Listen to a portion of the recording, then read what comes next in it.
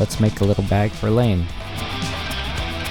Using a patch of our dear friend Jeff, using some waxed canvas, and I got some of the leftover Swerve pocket material. Those topo lines are the area that Swerve is located in. Little fun fact.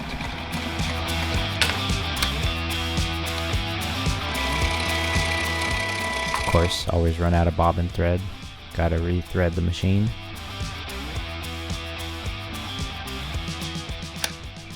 Riveting. So that's the Swerve pocket material right there.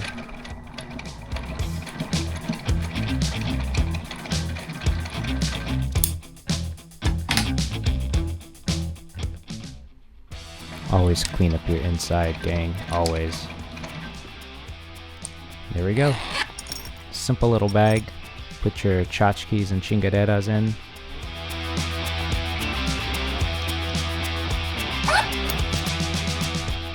Years ago, Lane made me this frame, and surprised me with this picture of Jeff, so I made this bag for him.